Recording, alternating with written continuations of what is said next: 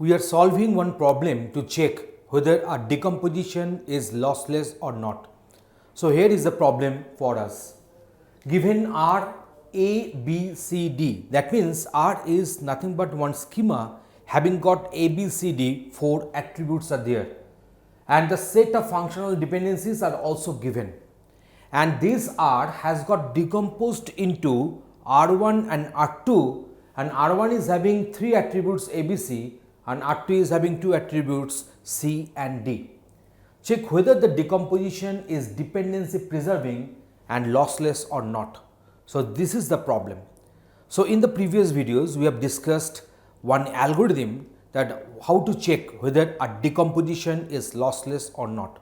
We are going to solve this problem based on that algorithm. So please watch that video for the understanding of this problem.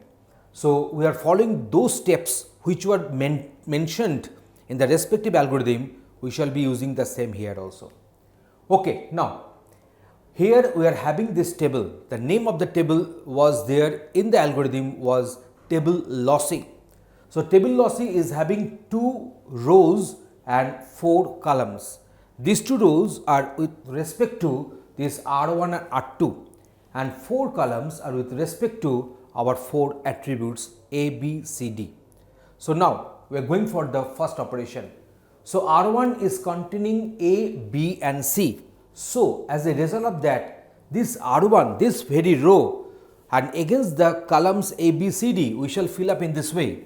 A is participating, B is participating, C is participating in R1, but D is not participating in R1. So that's why we have filled up them with alpha A, alpha B, alpha C and beta 1D. It was mentioned in the algorithm. Okay, now let us go for the R2. R2 is having only C and D. So for C, we shall be having alpha C, here also alpha D, as A and B, they are not participating in the decomposed relation R2. So we shall write here beta 2A and beta 2B. We shall write in this way. Okay, now, so depending upon this decomposition, we have filled up this respective table lossy. So now let us go for these functional dependencies. So A determines B. So here the left hand side is having A. If we come to this A column, we are not finding the same symbols in under the A column. So that's why we need not to do any update in the B column. Next production rule is our functional dependency is our A determines C. So here in this A, we are not finding the same symbol. So there is no need to do any update under the C column. So now C determines D. Here we are having the same symbol against the column C for these 2 rows, that is they are having alpha C and alpha C. Then we shall go for some update under the D column. So in the D column for them we are having 1 alpha D. So the other one will be also made as alpha D. So it will be also alpha D. It was mentioned in the respective algorithm. So for same symbols on the left hand side attributes, if we find, then for those rows in the table lossy table, and for those attributes on the right hand side, if I find that they are having one of them are having the value alpha, then the other will be made with the same alpha value.